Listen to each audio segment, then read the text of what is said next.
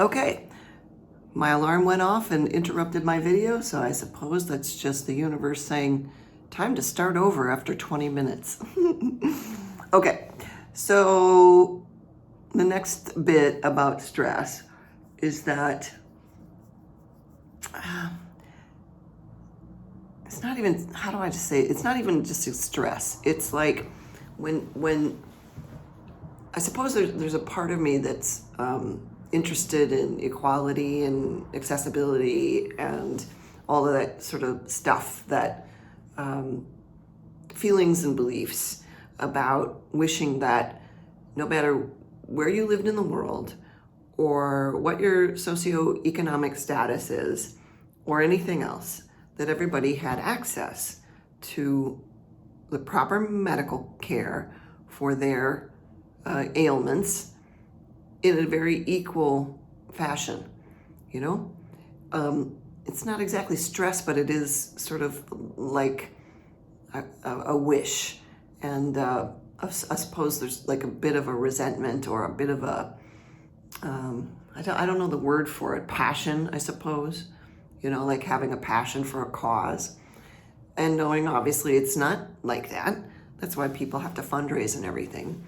But yeah, I put it on my stress list just because I think it gets frustrating when you start to look at your medical bills, you know, and you pull up that paper and you're like, okay, man, here we go.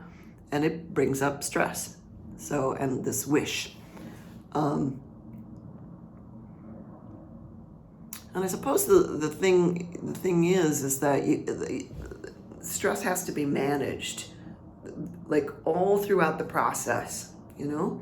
There's no sort of like, for me anyway, allowing it to sort of escalate.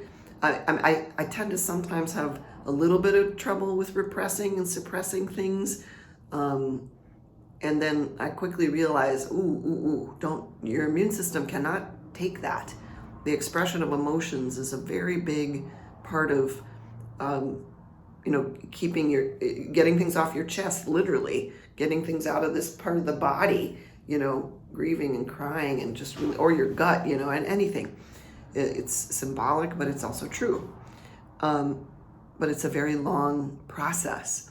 And I think it's probably gonna be true for as long as this cancer sort of is threatening my life. So that's, sounds so weird, but stressful to know that managing stress is gotta be like a huge priority every single day, no matter how big my to-do list is. Oh geez, maybe I'm type A, you know, stressing about stress management. Oh brother.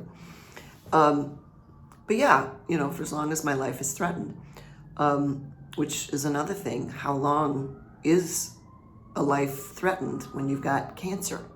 You know, how precious is time? Cancer can be so mysterious. It can move slowly, it can move quickly, it can be stagnant, it can be stable, it can go dormant, it can come back alive.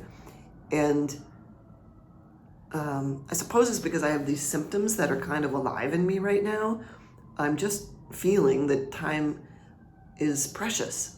When I had breast cancer, I was asymptomatic. I didn't have any symptoms. And I still feel threatened, but this is sort of puts it right in your face all the time, you know, to feel a struggle with your breathing and with your speaking. So how much, and it's not great to feel, it's great to feel that time is precious, but to feel pressure because of urgency, it's not a great feeling, right? You know, and I don't know how urgent to be. I don't know how urgent I have to be, but all I know is no matter how urgent things are, I have to sort of be zen within the urgency, you know. But there's just no doubt about that. It's